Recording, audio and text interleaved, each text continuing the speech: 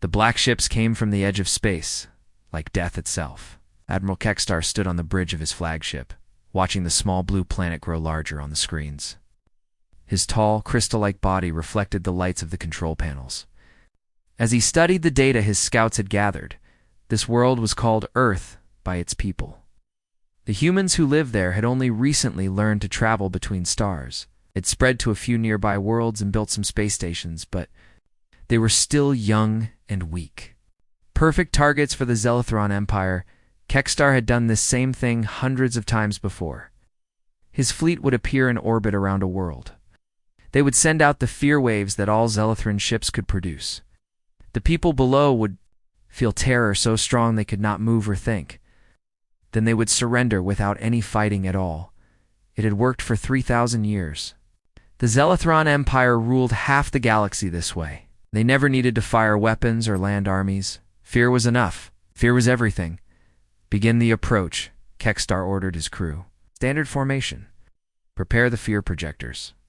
The Zelathron fleet moved toward the inner planets of the human system. There were 12 large warships and dozens of smaller vessels. Each one was equipped with the psychic devices that could fill entire worlds with terror. Captain Jake Morrison was having coffee in his quarters when the alarms started screaming. He grabbed his uniform jacket and ran to the bridge of the Earth defense ship Intrepid. The ship was patrolling near Mars when the enemy appeared, Report Morrison said as he dropped into his command chair. 12 large vessels, sir? Said Lieutenant Bobby Cruz from the sensor station. They appeared out of nowhere, no warning at all. Morrison studied the tactical display. The alien ships were huge, bigger than anything humans had ever built. They looked like black daggers pointed at the heart of the solar system. Any response to our communications? Morrison asked. Nothing, sir. They're not answering our signals. Morrison frowned. First contact with aliens should have been a moment of joy and wonder. Instead, it felt like standing in the path of a storm. Something about those ships made his skin crawl. All ships, this is Captain Morrison, he said into his headset.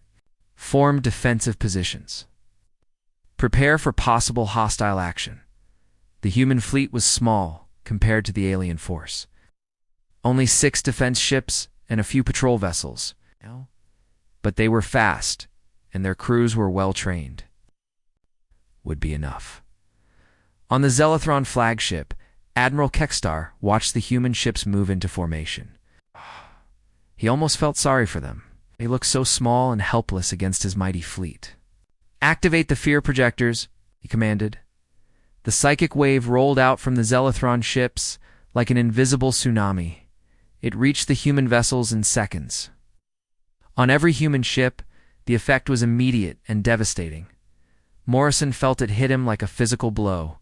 Pure terror flooded his mind. His heart began racing, and his hands started shaking. The fear was so strong, it made him want to curl up in a corner and hide. It told him that death was coming, and there was nothing he could do to stop it. Around him, his crew began collapsing. Some fell to the floor. Others stood frozen at their stations, unable to move. The fear was eating them alive from the inside, but Morrison gritted his teeth and stayed in his chair. The terror was real and horrible, but underneath it, anger was growing. These aliens had come to his home system. They were threatening his people, and they thought fear alone would make him give up. Status report, he said, his voice rough but steady. Lieutenant Cruz looked up from his station. His face was pale and covered in sweat, but his hands were still working the controls. All ships. Reporting the same thing, sir. Some kind of psychic attack, but we're still operational. Morrison was amazed. His crew was terrified, but they were still doing their jobs. The communications officer was still at her post, tears running down her face, but hands steady on the controls. The weapons officer was shaking so hard he could barely stand, but he had not left his station. This is Captain Morrison to all ships, he said over the fleet channel. I know you're scared. I'm scared too, but we're still here. We're still fighting. These aliens think fear will beat us. Let's show them they're wrong. The response came back from every ship. Voices strained with terror but filled with determination. Aye, sir, we're with you, Captain. Let's give them hell. Admiral Kekstar stared at his displays in confusion. The fear projectors were working perfectly. Every human ship was being hit with enough psychic terror to paralyze an entire planet. But the ships were still moving, still responding to orders. "Increase power to the projectors," he ordered. The psychic assault doubled in strength. On the human ships, crew members screamed and some passed out from the overwhelming fear. But the ships kept moving. The humans kept fighting. Morrison could barely think through the waves of terror, but he managed to give orders. All ships, attack formation, target the largest enemy vessel. The human fleet moved forward into the teeth of the psychic storm. Every person on every ship was experiencing nightmare-level fear, but they kept going anyway. Some were crying, some were throwing up from the stress. But not one of them ran away. Lieutenant Susan Bell was the weapons officer on the destroyer. Courage. The fear was so bad she kept seeing her own death in her mind over and over. But when her captain ordered the attack, her finger found the firing button. "Missiles away," she reported, her voice breaking with strain. 6 human ships fired. Everything they had at the alien fleet? Missiles and energy beams crossed the dark space between them. The Zelathran shields absorbed most of the damage. But some shots got through, for the first time in 3,000 years. Someone had fired on a Zelathran warship, while under the full effect of their fear weapon, Admiral Kekstar felt a new emotion creeping into his crystal heart. It was small at first, just a tiny whisper of doubt. His species had forgotten what it felt like to be surprised in battle. They had forgotten what it meant to face an enemy that would not surrender. "Sir," his tactical officer reported, "the humans are regrouping for another attack. They're still fighting." Kekstar stared at the display. The human ships were tiny compared to his fleet, but they were coming forward again. Even now, with fear projectors at maximum power, they refused to give up. How is this possible? He whispered. Captain Morrison wiped sweat from his forehead as he prepared for the second attack.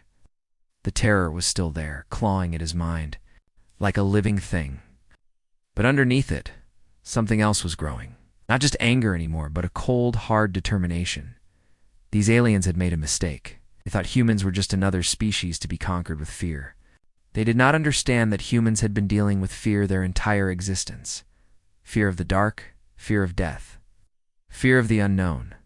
And humans had learned long ago that the only way to beat fear was to keep moving forward anyway. "Ships," Morrison said into his headset.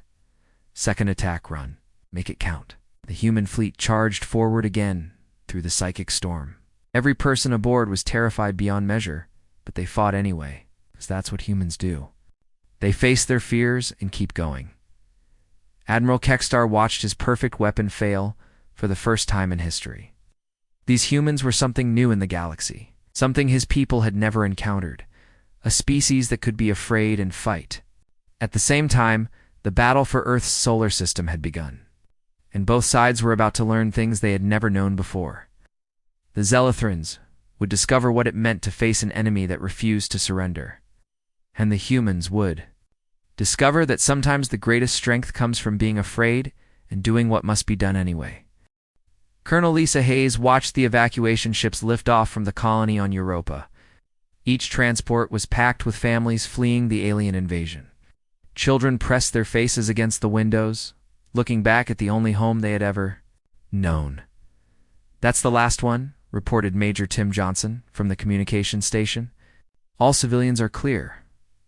Lisa nodded but felt no relief. Evacuation was just the beginning. The Zelathran fleet was moving deeper into the solar system, and their fear weapon was getting stronger. Reports from the outer colonies told the same story everywhere.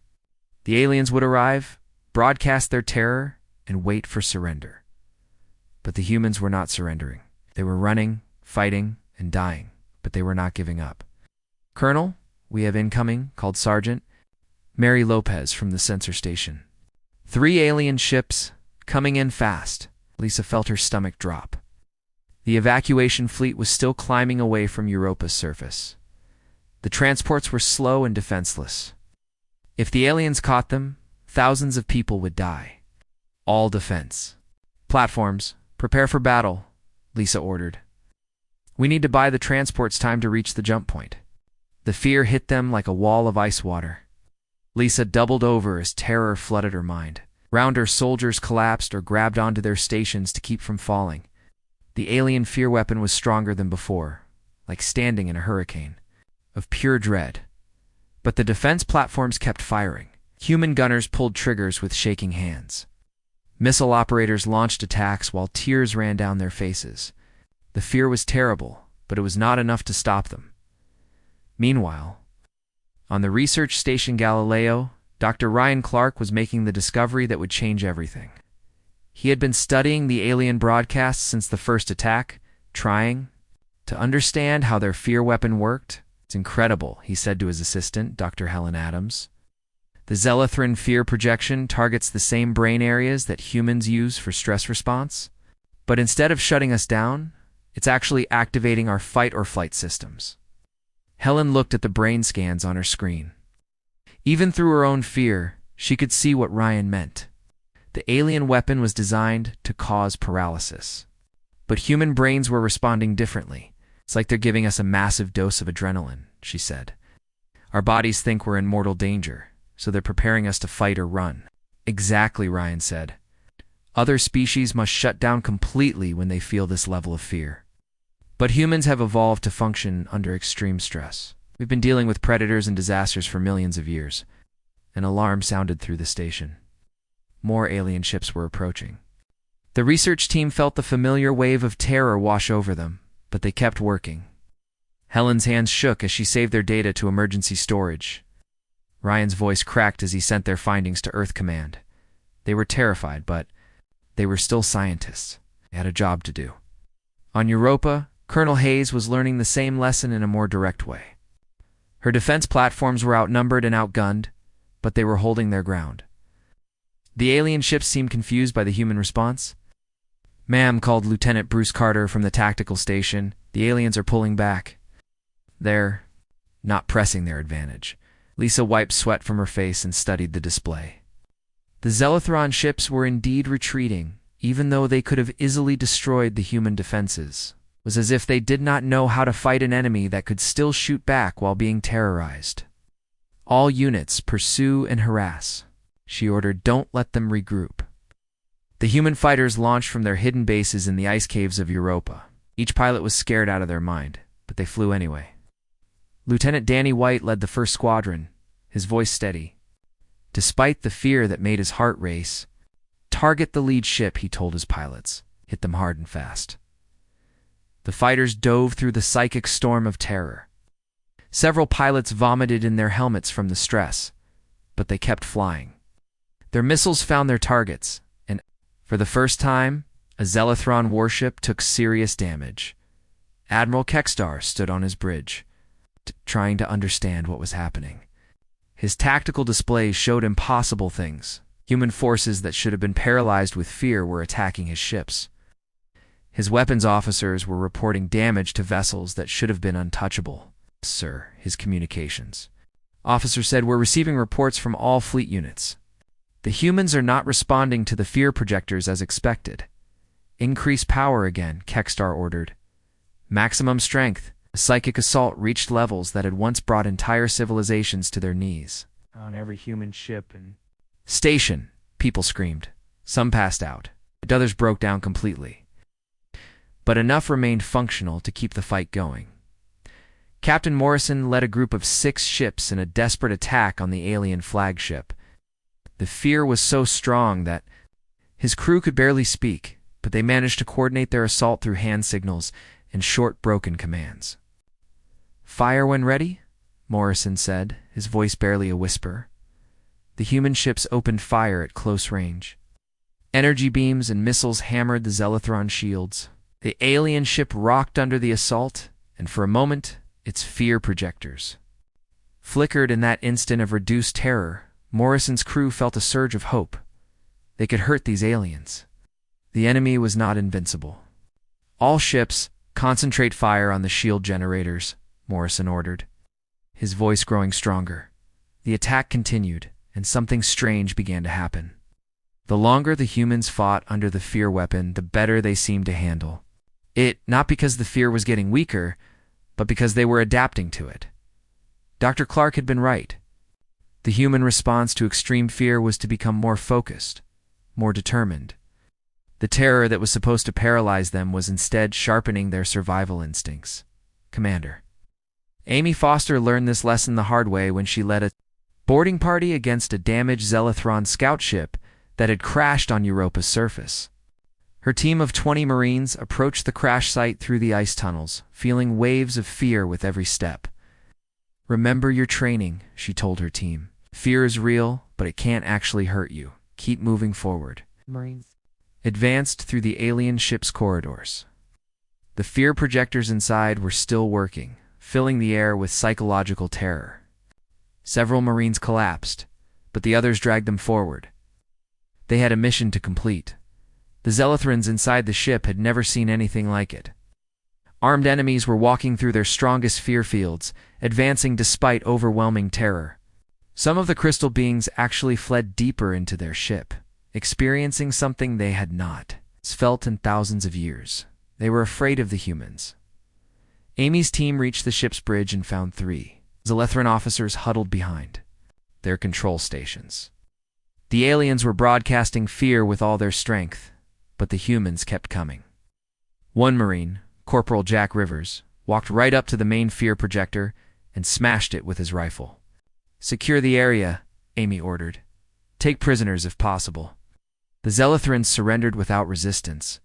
They had no weapons except their psychological warfare devices, and those were not working. For the first time in their history, they faced enemies who could function while afraid. Back on the Galileo research station, Dr. Clark was analyzing the captured Zelathran technology. What he found was shocking. The aliens had no backup plans. Their entire military strategy was based on the assumption that fear alone would always win. "They've never had to actually fight," he told Helen. "Their whole civilization is built around psychological dominance. They don't even have real weapons on most of their ships." "What happens when fear doesn't work?" Len asked. "I don't think they know," Ryan replied. "I don't think they've ever had to find out." The battle for the solar system was entering a new phase. The Zelathrans were learning that their perfect weapon had a flaw. The humans were learning that they could be terrified and still fight. Back and both sides were about to discover that sometimes the prey can become the hunter. General Ben Parker stood in the command center on Titan watching the tactical displays that showed the entire solar system. Red dots marked Zelathran ships. Blue dots showed human forces. It was changing. "Sir, we have confirmation from all sectors," reported Colonel Nancy Price. Ben nodded. The reports coming in from across the system told an incredible story. Human soldiers and spacers were learning to fight while terrified. What had started as a desperate defense was becoming something else entirely.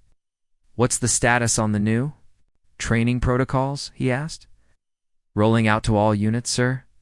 We're teaching our people to use the fear instead of fighting it. Turn terror into fuel for the fight." Ben had seen the training videos. Soldiers learning to function while alien fear projectors bombarded them. While experiencing artificial terror was brutal, but it was working. On the other side of the system, she led a strike force of 300 Marines toward a massive Zelathran battleship. Their mission was simple, but seemed impossible. Board the enemy vessel and capture it intact. "Remember what we learned in training," Katie told her team as their boarding pods approached the alien ship. "The fear is just noise. Focus on your job. Trust your teammates. Keep moving forward." The pods crashed through the battleship's hull with explosive force. Immediately, the Zelathran fear projectors hit them at full power. Several Marines collapsed from the psychic assault. Others vomited or screamed. It told her she was going to die horribly, showed her images of her own death over and over. But she had trained for this. The fear was real, but it was not the truth. "Alpha Team, take the left corridor," she ordered. "Bravo Team, go right." Charlie Team straight ahead to the bridge. The Marines moved through the alien ship like a storm of controlled violence. They were afraid, but they were also angry. These aliens had invaded their home. They had tried to break human will with artificial terror. Now it was time to show them what real terror looked like. The Zealothrons inside the ship had never experienced anything like this. Their strongest fear projectors were active, but armed enemies were advancing through their corridors anyway. Some of the crystal beings fled, others stood frozen in shock. Sergeant Carl Johnson kicked down a door and found himself face to face with 3 Zealothron crew members. They were broadcasting fear at him with all their power, but Carl had been through the new training. He felt the terror, acknowledged it, and then did his job anyway. "Surrender, or we will make you surrender," he said, pointing his rifle at them. The aliens gave up immediately. They had no experience with enemies who could function while afraid, and that was failing completely. Meanwhile, in a secret laboratory on Earth, Dr. Alex Turner was working on something that would change the war forever. He had been studying captured Zealothron technology for weeks, trying to understand how their fear projectors worked. "I think I've got it," he told his research team. "The Zealothron fear weapon broadcasts on specific psychic frequencies. Can reverse the process. We can broadcast our own signals." "What kind of signals?" she asked. Alex smiled grimly. "Not fear. Something the Zealothrons have never felt before. Human emotions, anger, determination, the will to fight no matter what."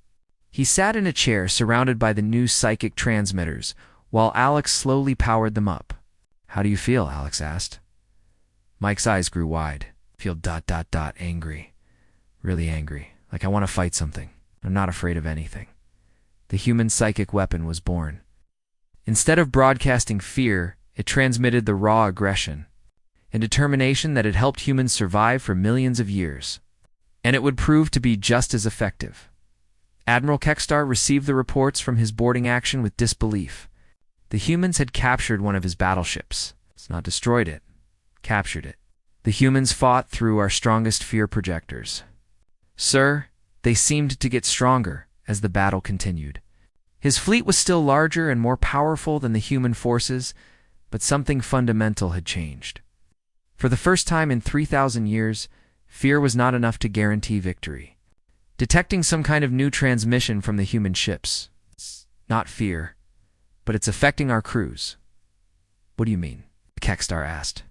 "Our people are starting to feel things they've never experienced before." That was when the human counterattack began in earnest.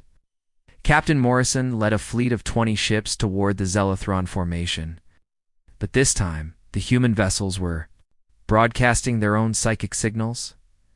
The effect on the Zealothron crews was immediate and devastating. That had driven human evolution for millions of years. Zealothron bridge officers found themselves shaking with unfamiliar emotions. Their hands trembled as alien thoughts of violence and resistance filled their minds. "All ships attack formation," Morrison ordered. His voice was broadcast not just on radio, but through the psychic transmitters his ship now carried. Every word carried the weight of human determination. The Zealothron fleet began to break apart. Ships that had held formation for thousands of battles suddenly scattered as their crews panicked. The aliens who had ruled through fear were now experiencing it themselves. "Target secured, sir. Enemy crew. Surrendered without serious resistance." They seemed completely unprepared for close combat. "Understood, Commander." Katie looked around at her Marines. They were exhausted, and some were still shaking from the fear they had endured, but they were victorious. "That won't stay afraid." Back on the Zealothron flagship, Admiral Kekstar was experiencing something his species had not felt in millennia. The human psychic broadcasts were filling his mind with alien emotions: anger, defiance, the absolute refusal to surrender. For the first time in his life, he understood what his victims had felt. But he also felt something else, something his people had forgotten how to experience. He felt afraid. "Sir," his tactical officer reported, "the human fleet is advancing." At his displays, the human ships were smaller and fewer, but they were coming forward anyway, just like prey animals that had decided they were not prey anymore. "Retreat," he ordered quietly. "Sir," I said, "retreat." Kekstar shouted, his crystal voice cracking with emotions he did not understand. "All ships, fall back to the outer system." The hunters were becoming the hunted, and they did not like the feeling at all. General Parker watched the alien retreat from his command center and allowed himself a small smile. The war was far from over, but the tide had turned. Humanity had learned to fight while afraid. Now they were teaching their enemies what fear really meant. The galaxy was about to learn that there were worse things than being afraid. Sometimes the most terrifying thing of all was facing an enemy that refused to be scared. Captain Steve Collins stood on the bridge of the warship Defiance as it chased the fleeing Zelathron fleet beyond the edge of the solar system. The alien ships were running at full speed, but the human vessels were faster and more determined. Target acquired, called Lieutenant Beth Martin from the weapons station. Zelathron cruiser. Range closing. Fire at will. Steve ordered. The Defiance opened fire with everything it had. Missiles and energy beams reached across space to hammer the alien ship. The Zelathron vessel's shields flickered and failed. It was the fifth enemy ship they had destroyed in the past 2 days. But Steve was not satisfied with just destroying the aliens. He wanted to understand them. Each captured ship and prisoner told the same story. The Zelathrons had never learned to fight without their fear weapon. They were completely helpless when facing an enemy that could still function while terrified. Sir called Ensign Pete Davis from communications. We're getting a surrender signal from the damaged cruiser. Accept their surrender, Steve said. Prepare a boarding party. I want to talk to their commander. The Zelathron commander was a tall crystal being named Subadmiral Vexenol. Stood in his ship's bridge surrounded by human marines and tried to understand how his perfect world had fallen apart.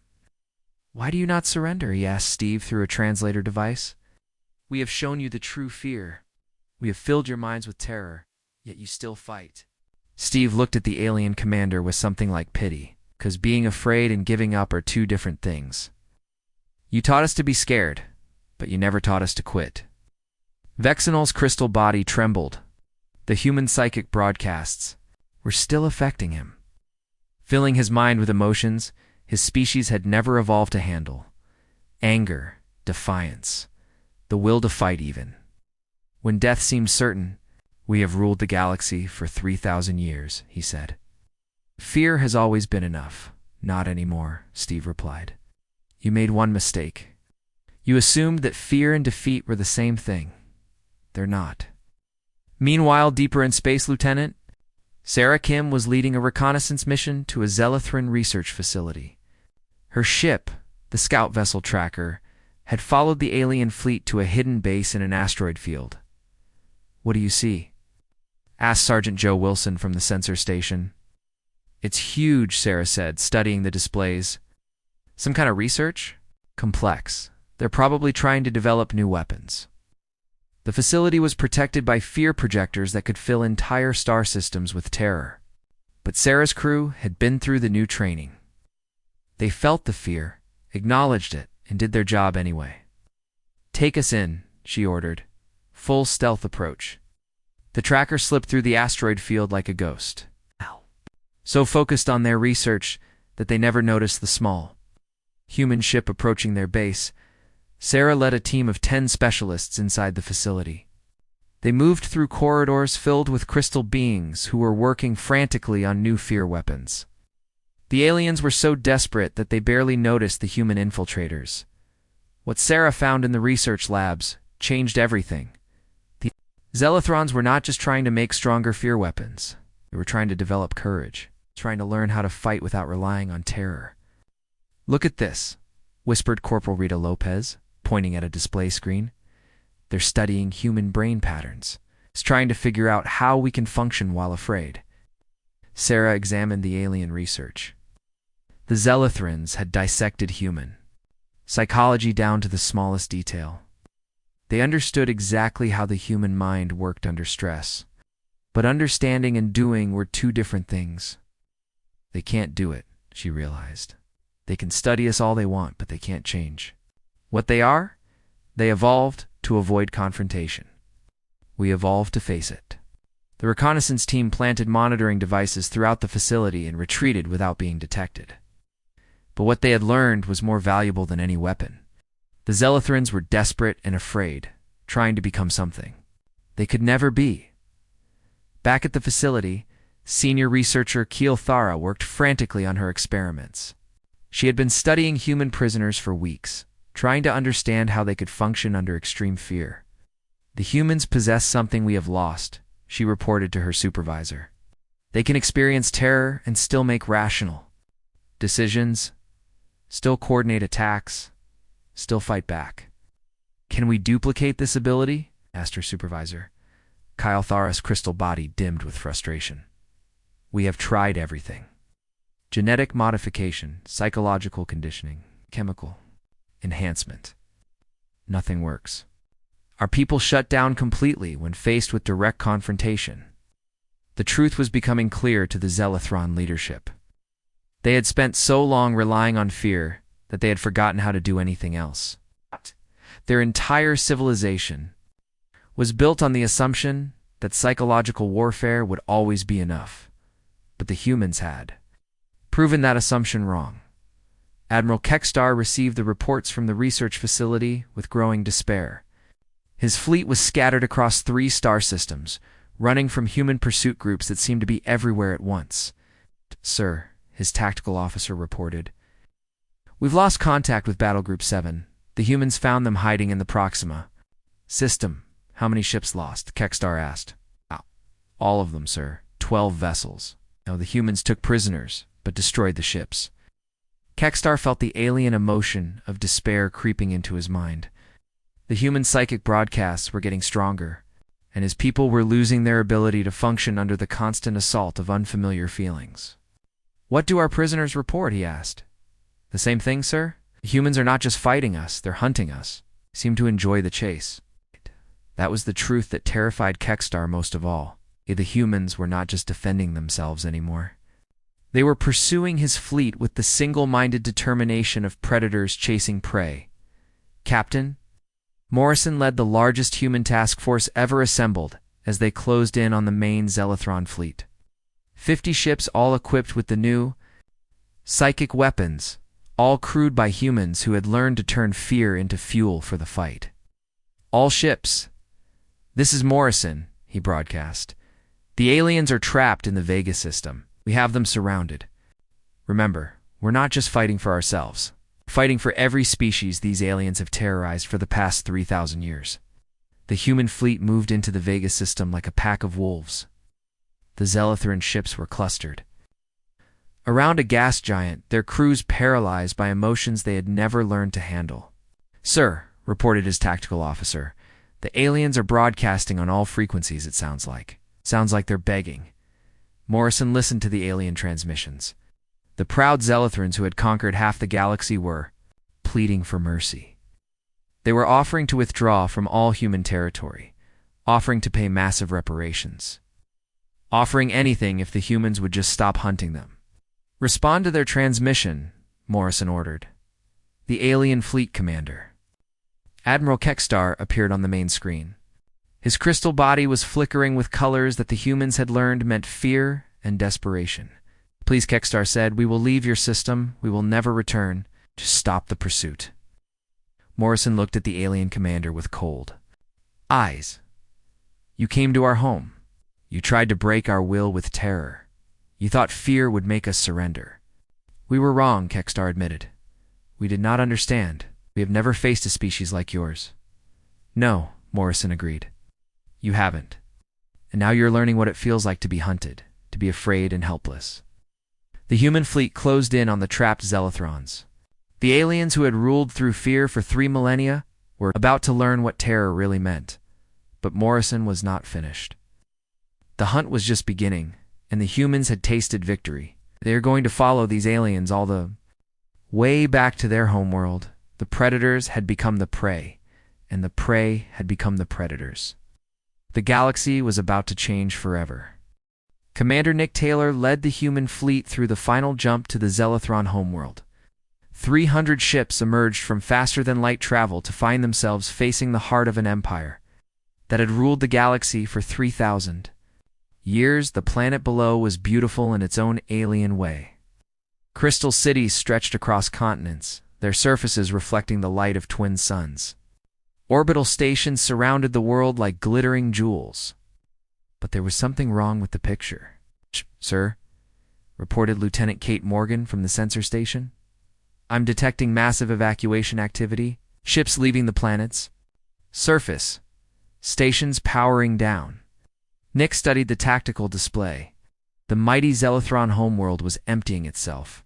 Millions of crystal beings were fleeing their own planet rather than face the approaching human fleet. "Open a channel to the planetary government," he ordered. The response came quickly.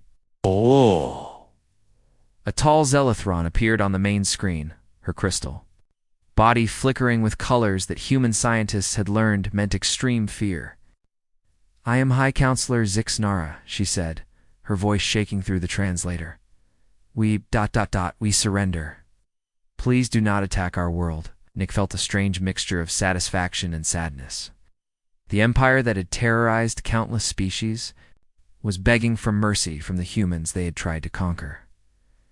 "We're not here to destroy your world," he said, "but we are here to make sure you never threaten anyone again." The siege of the Zelethron homeworld was unlike anything in galactic history. The humans did not bombard the planet or land armies. Instead, they surrounded it with their ships and began broadcasting. Admiral Jennifer Stone, now commanding the entire human fleet, coordinated the psychological siege from her flagship. The human ships transmitted on every frequency, filling the space around the planet with the sounds of human determination, military marching songs, battle cries from ancient Earth wars, the steady rhythm of soldiers walking into danger. To the Zelethrons, these sounds represented something they had never faced before, an enemy that could not be stopped by fear. "Status report," Jennifer asked her communications officer. "All human ships maintaining position, ma'am. The Zelethran government is requesting negotiations every few hours. Their population is well, they're terrified." Jennifer nodded. The tables had completely turned. The species that had used fear as a weapon for millennia was now experiencing constant terror. And unlike their victims, they had no idea how to function while afraid. On the planet's surface, High Counselor Zixnara stood in the emergency council chamber surrounded by the remaining Zelethran leadership. Many had already fled to distant worlds. Those who remained were struggling to think clearly through the waves of human broadcast, aggression that filled their minds. "We must negotiate," said Counselor Hexavala, his crystal body dim with exhaustion.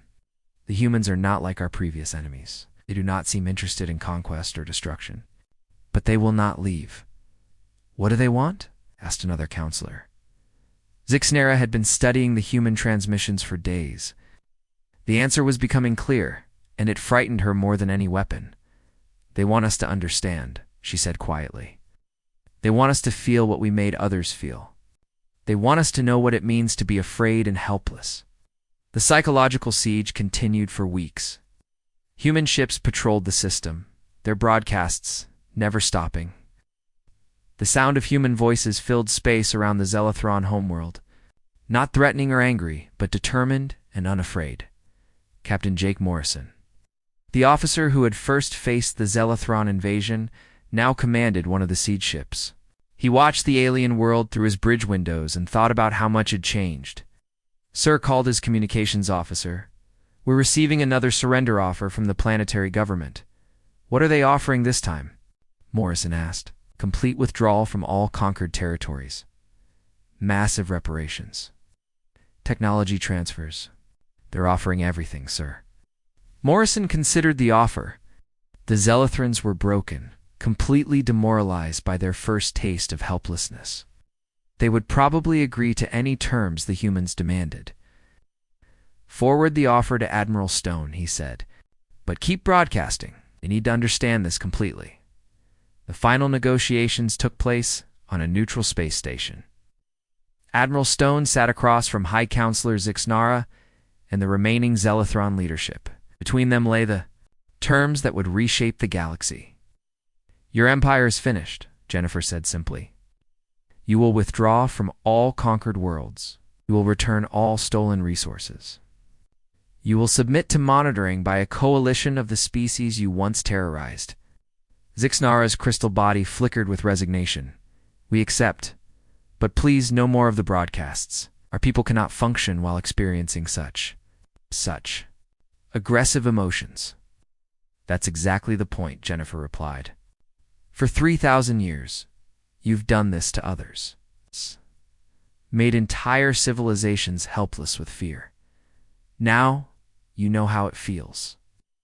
We understand now, Zixnara said quietly. We were wrong. Fear should not be used as a weapon. We see that now. You? Jennifer asked.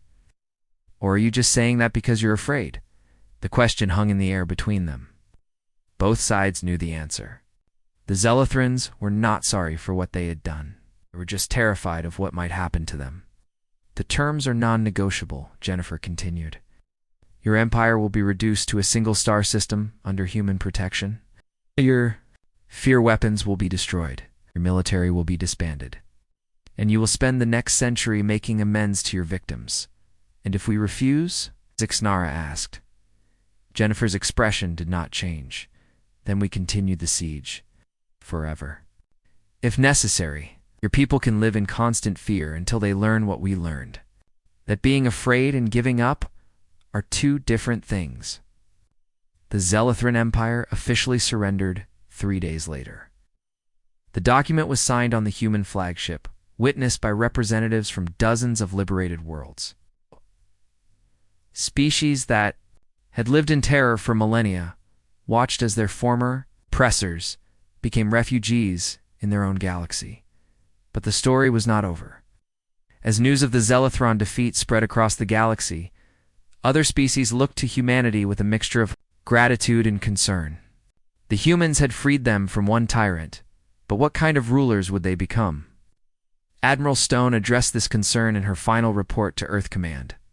She stood on the bridge of her flagship, looking out at the stars that now belonged to a free galaxy. The Zealothrans, ruled by fear, she said into her recorder. They thought terror was power. They were wrong. Real power is the ability to be afraid and keep fighting anyway. To face the unknown and not back down. She paused, thinking about the responsibility that now rested on human shoulders. We've shown the galaxy that the Zealothrans can be beaten, but we've also shown them something else. We've shown them what humans are capable of when we're pushed too far. The question now is whether we'll use that power wisely. Captain Morrison, now promoted to Admiral, received the final orders from Earth. The human fleet would remain in Zealothran space for the next 10 years, ensuring the peace treaty was followed. But more importantly, they would help other species learn what humans had learned. That fear was just another enemy to overcome. That being terrified did not mean being defeated. That sometimes the prey could become the predator, and the hunted could become the hunter. The Zealothran Empire was finished. Reduced to a small sector of space under human supervision, the species that had conquered half the galaxy now lived as refugees, protected by the very people they had tried to terrorize. And across the galaxy, billions of beings slept peacefully for the first time in 3,000 years. The long night of fear was over. It's ended by a species that had learned the greatest lesson of all. Sometimes the most dangerous enemy is the one who refuses to be afraid.